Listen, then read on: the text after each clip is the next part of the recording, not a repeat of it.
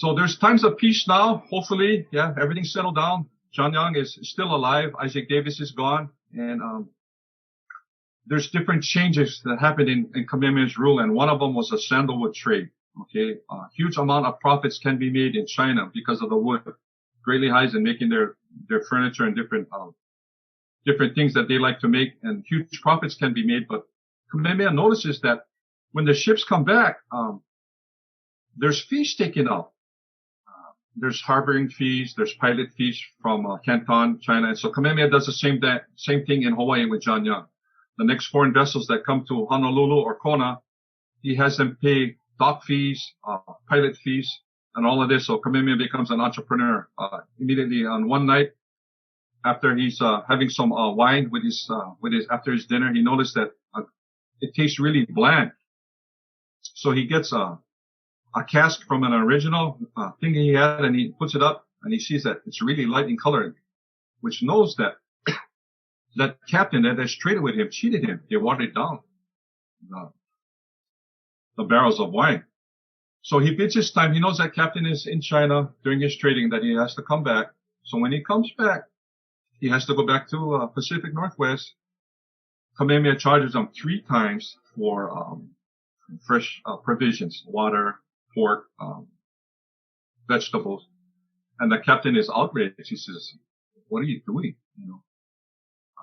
I just paid, this amount a couple of months ago, and now you're charging me 3 times the event." Kamehameha doesn't say anything. He gets the 2 glasses of wine, one that was good and one that was bad, and he puts it up. And the captain knew immediately that his fraud was made known, and then he paid fully and he got out of Dodge. He just paid it fully now. For those of you that are in Oahu, you want to go up to Mauna Ala, which is the royal mausoleum where all the ali'i are buried. That's where you can find John Young's grave. He's over there with his wife. So this is a picture of his grave up in. It's right behind the main house, behind the chapel. You can see the 4 cannon that were buried that serve as barriers or the fence. Pretty neat. I've been there, been able to see that. Like I had mentioned, in that the trade for sandalwood, Kamehameha figures he's going to eliminate the middleman now, because he has to hire a different captain. He buys his own ship called the Forester. He changes its name to the Kahumanu, and he hires a captain, Alexander Adams, to be his only guy that takes the sandalwood, so he doesn't have to pay these other middlemen. And a neat thing about this story, as a thank you to Alexander Adams, Kamehameha gives the Ahupua'a, or portion of Neo Valley on Oahu, where Captain Alexander Adams' descendants are still today. And one of them is Hokulea Navigator Nainoa Thompson. Okay, pretty cool. Okay, we're back in Kona now. Kamehameha is getting old. There's relatively peace through all the from Kauai to Ka'u. There's another sickness that hits Kona, and a lot of the chiefs get sick again, and Kamehameha also gets sick. Kahumanu gets sick, but she gets better, but Kamehameha does not do well. And so he calls all these great kahunas, and they try their best to save him, but unfortunately, it doesn't do any good, and Kamehameha passes away reportedly May 8th, 1819 in Kona, Kamakaho'onuai.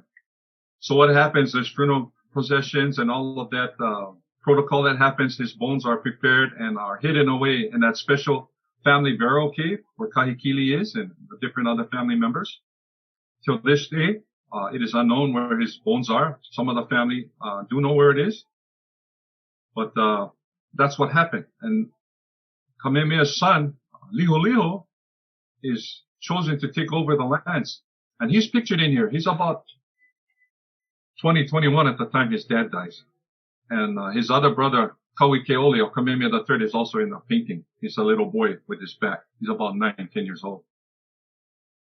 So for whatever reason, Liholiho, being at a young, he's in his 20s, but Kahumanu and his mother, Keopuolani, are more involved in the day-to-day running of what happens in since Kamehameha's death.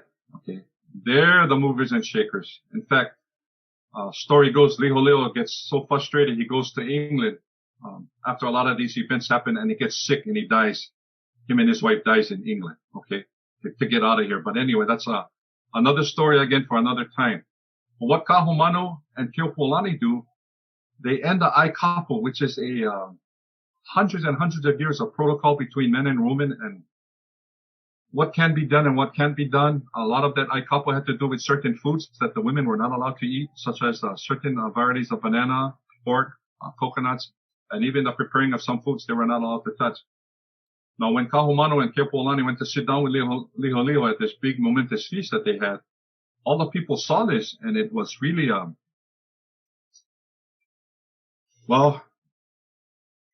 earth-shattering. Yeah, for hundreds of years you have this certain protocol that happens, and then a couple of months after Kamehameha's death, all of this is changed.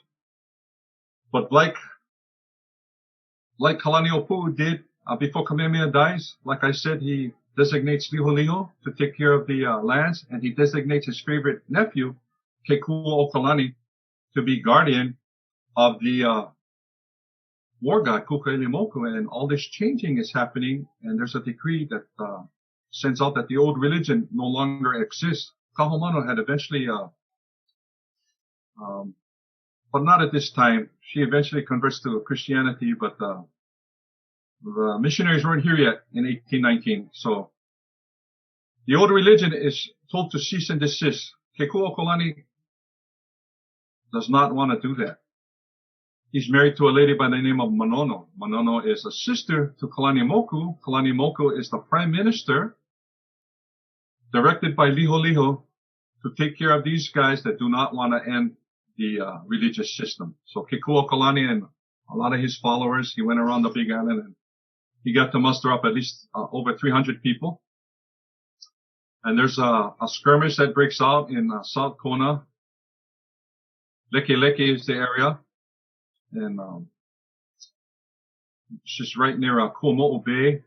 And the old religion will not change, and they're taken out by Kalani'omoku and his forces. There's about, maybe I heard estimates, over 4,000 men, all armed. Both sides had muskets and different Western arms, but no match for this Kalani'omoku and his army. And Kekuo'okalani is killed first, and his wife Manono asked for clemency, but clemency was not granted, even by her own brother, and she is also killed that day. And me and my wife Drina were able to visit the battlefield. And like any great battlefields where you visit, whether it's in Japan or even on the mainland, Gettysburg, there's a great sadness that I felt that still linger there because of what happened there. Still sad. And as a battle prize, somebody took Kekuo'okalani's cloak, and it ended up in Smithsonian in Washington, D.C. Somebody took see the feather image in the painting? Somebody took that, and it's today it's in the Peabody Museum in Salem, Massachusetts. So these were relics of that battle that still exist today, that are on display in, again, not in Hawaii, but in museums outside of Hawaii. Okay. The tumultuous year of 1819 finally ends. Guess what happens in early May of 1820? Before that, Heva is the kahuna nui. He's sent to take care of all the temples, burn, cut down.